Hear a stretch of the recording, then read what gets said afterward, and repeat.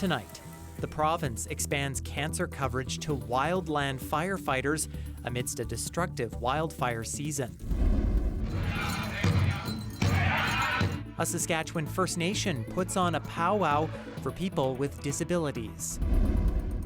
And film buffs sell out screenings of a movie set to show next year. This is CBC Saskatchewan News.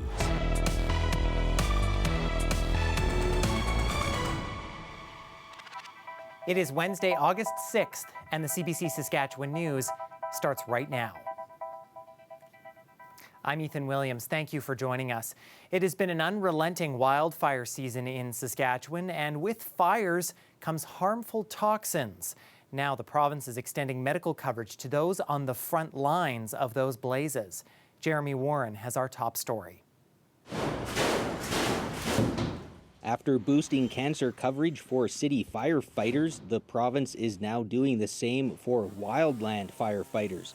The province expanded their coverage through the Workers' Compensation Board. As of August 1st, wildland firefighters now have presumptive coverage for 22 types of cancer. So when a firefighter is diagnosed with any of those cancers, it is presumed to be work-related. It just gives you a peace of mind that you're going to be taken care of, and I think that goes a long way, not only for the firefighters themselves, but also their family that would have to deal with those types of occupational injuries after the fact. The province says it's the most comprehensive coverage anywhere in Canada. Firefighters constantly risk exposure to smoke and other toxins on the job, and cancer is the profession's leading cause of death. Even some of their protective equipment contains carcinogenic materials. The union representing government wildland firefighters says the expanded coverage is long overdue. We need to make sure that every step is taken to make sure that none of these firefighters don't get cancer. We don't want that. So there's other things that can happen, with better personal protective equipment. British Columbia, Manitoba, and Ontario are the only other provinces offering presumptive coverage for wildland firefighters. Saskatchewan already expanded cancer coverage for urban and volunteer firefighters last year. Jeremy Warren, CBC News, Saskatoon. The Saskatchewan Public Safety Agency is clearing the air on an incident that happened this past weekend in northern Saskatchewan. The SPSA says a miscommunication happened between the organization and community leaders in the village of Loche on Sunday. It led to two buses filled with wildfire evacuees heading to Regina being turned around and directed back to Loche. The SPSA says it had been in talks with the community on whether or not there was enough of a threat from smoke to continue the evacuation. The Public Safety Agency was the support unit and did turn and hold the buses back and ask people to debark until discussions with community leadership on whether they wish to continue. So they did wish to continue, even though, again, there was no direct fire threat. So as soon as they made their decision, we continued to support them and we evacuated their residents. The SPSA says the Ministry of Health is responsible for assessing health threats from wildfire smoke. From there, the ministry will communicate directly with communities and provide measures to address the smoke. The SPSA says if a community still wishes to evacuate, the agency will support it. The two buses did eventually make it to Regina. Prime Minister Mark Carney has held a virtual meeting with his cabinet and with the premiers. It comes after Donald Trump hiked tariffs to 35% last week on Canadian goods. Power and Politics spoke with Minister of Finance François-Philippe Champagne, who is at trade talks in Mexico City. He was asked about Canada's failure to reach a trade deal by Trump's August 1st deadline and if it had anything to do with Ottawa's decision to impose retaliatory tariffs on the U.S. When I compare the position of Canada today with a lot of our partners around the world, I think the Prime Minister yesterday was clear when he said about 85% of goods are crossing the border to the United States under the CUSMA agreement that we have, tariff-free. So that's a position that I would say we have achieved by standing up, and I think Canadians are really with us on that. Children with disabilities recently got a chance to be honored on Big River First Nation. The community came together to host a PowWow Special for them. And as Darla Panes reports, the event made them and their families feel like they belong. It's an exciting day for Emery Rabbitskin. The 11-year-old's parents are helping him put on his POW regalia. Emery was born with Down syndrome, and he's taking part in a special event within a powwow in Big River First Nation. It honors people with disabilities. Each and every one of you to stand with me at this time during the special honor song. Emery's mom and dad, Tina Rabbitskin and Eugene Thomas, fundraised to hold the PowWow Special. I did this special is because there's a lot of these Down syndrome, not the Down syndrome, all the special need kids. They always go to powwows and stuff like that, and they never get acknowledged. Tina says as a parent, she knows how hard it is to watch her child not win powwow competitions. So she and her family worked tirelessly to hold the special event, where all people with disabilities would feel like winners. And those who attended say their hearts were warmed. I thought it was so beautiful how they honored everybody, and they started off by getting us to speak about their disability and then having them dance on their blankets. I thought that was really beautiful. Red Crow says she's happy that these type of events are happening within powwows more often, and that children with disabilities like her 2-year-old son, Wasekwan, are being recognized. In the past, I've never really seen any honorings for disability, so they're human too, right? And they don't actually have their own category. So for them to be honored almost at every powwow now, it's beautiful. Tina says each dancer was given a blanket and a t-shirt designed with flowers and dancers in regalia. She wants more communities to hold special events within powwows like this to acknowledge and honor those living with disabilities. When they go out and dance, they don't, like I said, they don't get acknowledged. And it would be nice for them to keep doing that for everywhere, not just some places, everywhere. Traditional powwows, competition powwows, let them do it everywhere. For now, it's Emery's turn to enter the powwow arena. Being able to dance freely, knowing he's accepted by those around him. Darla Panes, CBC News, Big River First Nation. A Regina movie theater has sold out screenings of a new film, but its debut is still nearly a year away. As Alex Kozrowski explains, the format the film was shot on may be one reason why it's so popular. The enemy tanks have stopped. From Dunkirk in 2017 to Oppenheimer in 2023, Regina's Kramer IMAX Theater has played host to many of director Christopher Nolan's epic films. And the theater has already sold out screenings for Nolan's next work, The Odyssey, which doesn't even open until next summer. It's one of only 6 theaters in the country that will be the first to show it. If you look back at the movies that he's made and the way that he's embraced IMAX over that time, going back to The Dark Knight, to Dunkirk and Interstellar, and then most recently Oppenheimer, it's become kind of a cultural moment, actually, like in the world when he releases a new movie. The movie is drumming up so much anticipation due to its director, a star-studded cast, and a massive budget, estimated to reach $250 million US. It's also the first movie to be shot entirely on 70mm IMAX film. And Halada says that's a big advantage for audiences. When a film is shot on 70mm film and then played back on 70mm film, there's just so much more information. You can take that image and you can project it now on a screen that's 70 feet wide or 80 feet wide or 90 feet wide, and you still get a really crystal clear, beautiful image on the screen. The Odyssey, based on the ancient Greek epic, isn't finished being made. An official trailer hasn't even dropped, but some fans didn't hesitate to buy tickets. We knew we had to see it. I had no idea he was going to release it a year ahead of time, but to be able to experience kind of from an artistic standpoint how he shot it, why he shot it the way that he did, and to be able to see it in IMAX, I'm like, we got to go. And the fact that we have it here in Regina is actually wild. It's one of the only few in the entire world. So 70 mil right here in Regina. It's crazy. As of now, the Odyssey has only 4 screenings at the Kramer IMAX Theatre, all of which sold out in just 2 days. And those early ticket purchasers will finally be rewarded when the film is shown July 16th through 19th, 2026. Alex Kozrowski, CBC News, Regina. And if you weren't one of the lucky ones who got a ticket for the Odyssey, well, you can still catch a movie this summer at a provincial park. They are showing every Saturday night from now until September 6th. You can catch great family flicks like Garfield, Wicked, and Despicable Me 4. For a list of show locations, you can visit the Saskatchewan Parks website. Stay with us. Helena brings us the forecast from outside the studio walls and at the baseball stadium, in fact, when we return.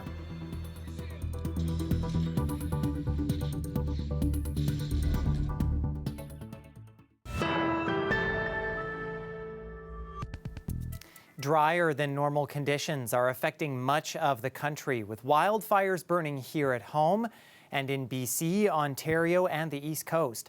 But the drought conditions are also raising other concerns. Lisa Shing has more. With our drought conditions, you can see they've stopped flowering. They're no longer really producing, and they're just starting to burn up. They're usually a robust crop, but Dan Christolitis has only harvested a third of the beans he usually does. We're going to see a decrease in yield and lower revenue into the fall. There are drier than normal conditions in some places across the country. Large areas in Western Canada experiencing what Agriculture and Agri-Food Canada calls moderate or severe drought. More recently, Eastern Canada also abnormally dry.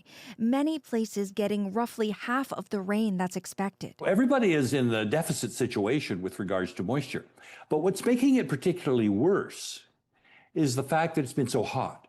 When it is hot, you need more precipitation, not less, to balance things out. These conditions prompting Nova Scotia to ban hiking, camping, fishing in wooded areas, an attempt to stop what happened 2 years ago when wildfires destroyed more than 200 homes. These restrictions mean that some people will need to change their plans and routines.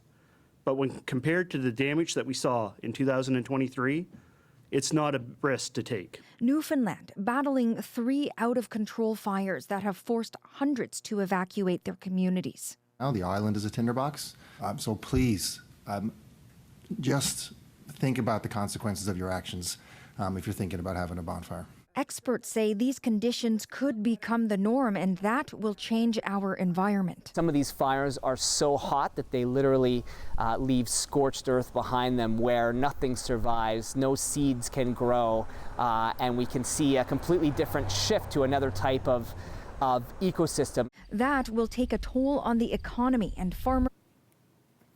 A group of Indigenous women is traveling across the province to raise awareness about the Saskatchewan River Delta. The group, which goes by the name Iskwewak, spoke to people gathered in Saskatoon's Rotary Park on Wednesday. They had traveled all the way from Cumberland House. The Saskatchewan River Delta is the largest freshwater delta in North America, spanning 10,000 square kilometers. But the group says the nearby E.B. Campbell Hydroelectric Dam is harming the river's health. Even being on there with a canoe, going out onto Cumberland Lake, which only has just over a foot of water. You know, we can't even enjoy that, you know, with our young ones. Favel says the water level is usually about a foot higher. Before the dam, it could be as deep as 30 to 40 feet. The group now heads to Regina for its final stop, where they will be paddling around Wascana Lake in canoes to raise awareness for their cause.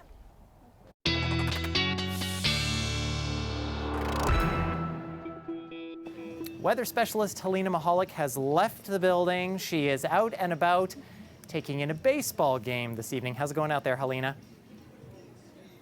Take me out to the ball game, Ethan. I'm here at the first playoff game of the Saskatoon Berries, and it is after a very successful season, a record-breaking season. I'm here with Steve Hildebrand. He's the Saskatoon Berries president. How do you feel going into the playoffs? We feel really good. You know what? You work all year for this, and proud of our group and what we've done so far. And obviously the playoffs is another animal, and looking forward to getting started tonight. Oh, and we have the Barry the bear, the mascot, is here. And why do you think that this season was so successful? I think, it's headed by Joe Carnahan, our manager. He does an unbelievable job recruiting kids. We take very good care of our athletes when they come here. Words got out about that. Obviously, our fan base is unbelievable. The ballpark's packed every night, and all that leads to quality success. Can you talk about some of the record breaking that the team has done this year? Yeah, I mean, obviously it's a pretty special year whenever you can do it. To do it in our second year was obviously a big surprise for us. The guys just play hard every night, and we know we got a chance every night going into it. If you have a message for fans that have been watching all throughout the season, what would that be? Thank you. Really just appreciate our fan base, and I think we give them a quality product every night, and our goal is to make the playoffs every year. And now we're here, and we might as well do what we can to try and win a championship. And what about the message to the team tonight? Just get after it. Let's do what we've been doing all year. Well, it's definitely a very beautiful night for the weather. Temperatures are very beautiful here in Saskatoon, but some other parts of the province have some more severe activity going on. Let's take a look at what's happening in the province Wednesday night. There is a severe thunderstorm watch in effect for the west central parts of the province, specifically the city of Lloydminster. Risks from the storm include hail that could be up to nickel-sized, periods of heavy rainfall, and as well as the risk of funnel clouds. Temperature-wise, things were warm in the province, but we're not seeing some of that extreme heat. Some parts of the southwest did get closer to the 30-degree mark. Other parts of south and central just hovering at about seasonal, which is pretty nice after a very hot, long weekend. And it's also very nice to see some hotter temperatures. July is usually the hottest month of the summer, but we have a good chance of August actually being hotter because some parts of the province were actually quite cool in July. Key Lake had its 4th coldest July, and North Battleford had its 7th coldest July. Environment Canada says that we might see some more steady temperatures in August, making for a bit of a warmer month. As we get into the rest of the week, while Wednesday was beautiful, temperatures hovering around 25 degrees. Thursday, we're going to see northern Saskatchewan at about seasonal. South and central is going to see some rainfall that's going to cool things down. Into Friday, things are really going to start cooling down. Much of the province hovering at about 20 degrees. And as we start our weekend on Saturday, some parts of the province will even get below that 20-degree mark as the rainfall continues. And Wednesday night, we are seeing that chance of storms in the province. And as we continue into the week, we're going to continue to see those storms. Thursday, we're going to see some thunderstorm activity in the south, especially around places like Regina and areas just east of the city. Into Friday, we're going to see a bigger system come in. Many parts of the province are going to get some rainfall, specifically central Saskatchewan, areas like Saskatoon and Prince Albert in the northern grain belt, and in the southwest as well, areas around Swift Current. Into Saturday, as we start our weekend, an even bigger system is coming in, and we're going to see a chance of some thunderstorms, especially in eastern parts of the province along the Manitoba border and areas around Saskatoon.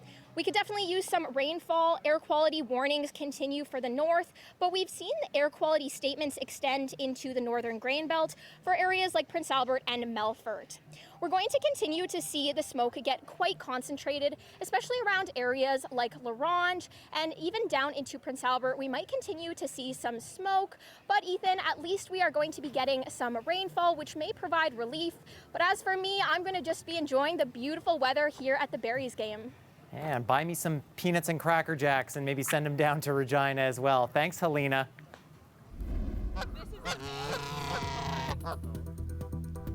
Well, they can be loud, aggressive. Sometimes they seem to do whatever they want. And if you've ever walked around Wascana Park in Regina, they can make a bit of a mess. But beware, you could be charged if you're caught harassing Canada geese. A woman in Winnipeg found that out the hard way after she was caught throwing things at a nesting Canada goose that was in her way. And she was fined $300 for the feathered felony. Canada geese, you see, are protected under the Migratory Birds Convention Act, which means it's illegal to harm them, their nests, or their eggs without a permit. The woman, by the way, says she wasn't in the right headspace when she attacked the bird because she recently found out she was pregnant. Stay with us. We're back after the break.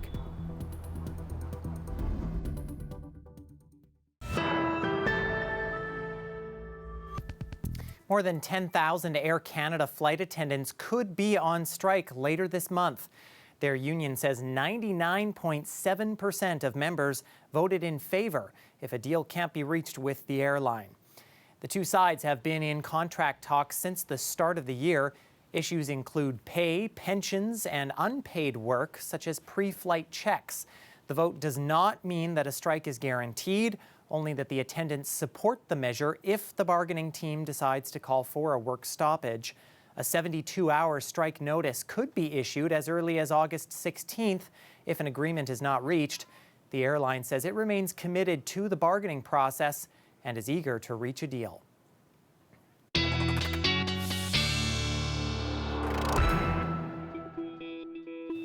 And Helena, here's hoping we have a home run of a forecast over these next few days. Well, Ethan, although the weather is beautiful where I am tonight, it's going to be a bit of a rainy week. Let's take a look at the forecast for the city of Regina. We are going to see some rainfall all throughout the week. We're going to see the sun out, though, Thursday, and temperatures at about seasonal. That sun is disappearing Friday, and we're seeing temperatures dip down to 20 degrees, or Saturday, even below that 20-degree mark. Friday and Saturday is the best chance of that rainfall. We're continuing to see a slight chance of rainfall into Sunday and the rest of next week, though. Temperatures are still going to feel a little cool despite the sun being out. We're not going to see temperatures return close to seasonal until about Tuesday. But all throughout the week, we are going to see our overnight lows a few degrees above seasonal. In Saskatoon, we are also in for a few days of rainfall. Thursday, the sun will be out, temperatures about seasonal, and a slight chance of showers. We're seeing the best chance of those showers Friday and Saturday, and temperatures will be below the 20-degree mark. We're still seeing our overnight lows at about seasonal. And into the next week, we're going to see the sun out. Temperatures still struggling to get to seasonal throughout the first part of the week, but we'll see them climb slowly into next week. So, Ethan, it is going to be a bit of a rainy week, but I guess I'll just enjoy the beautiful weather while I can. Yeah, good to hear. Tonight's game not going to be rained out for sure. Helena, thank you so much. And that is it for us. For more news anytime, you can head to cbc.ca/Sask or subscribe to our YouTube channel. And you can also download the CBC News app on your smartphone or tablet. Thanks so much for watching.